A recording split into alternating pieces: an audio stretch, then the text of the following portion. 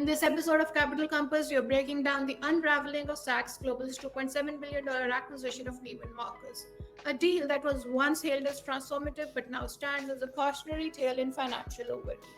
From junk bonds to real estate-backed loans, Saks' merger was built on leverage rather than brand strength. We explore how aggressive financial engineering, inflated EBITDA projections, and internal chaos have pushed the luxury retailer to the brink. With debt trading at distressed levels, vendors unpaid, and creditors now turning on each other. This is a case study in what happens when growth goes too far and financial creativity outpaces business fundamentals. The Saks debt spiral. In December 2024, Saks announced a record $2.7 billion acquisition of Neiman Marcus, calling it a historical moment for American luxury. But less than 6 months later, the deal has become a cautionary tale in modern financial engineering and a masterclass in how not to grow. From the start, it was all about fantasy accounting. The deal was sold to investors using fantasy numbers. $707 million in pro forma adjusted EBITDA, but the real EBITDA for financial year 2024 was most likely between $50 million and $160 million.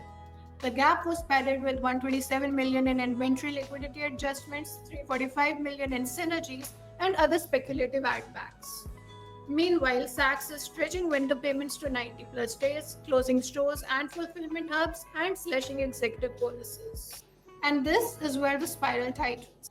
In June 2025, Saks faced a $121 million interest payment, another $100 million payment shortfall looms in August, and one distressed $599 million CMBS is on the brink.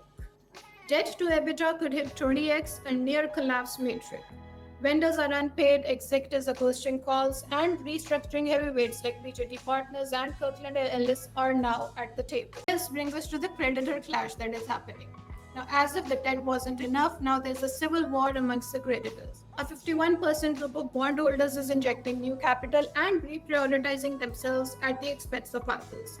And the real estate that is underpinning it all is not so solid.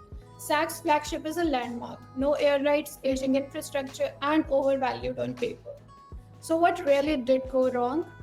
This wasn't just a bad acquisition. It was a luxury brand turned into real estate arbitrage, financial creativity replacing operational performance, and Wall Street's optimism outpacing retail finance. When inventory like art, jewelry, and personal styling couldn't really generate enough liquidity. In closing, what we can say is that this merger is a lesson in overreach. Saks Global is now the poster child of what happens when growth is fueled by leverage and not loyalty.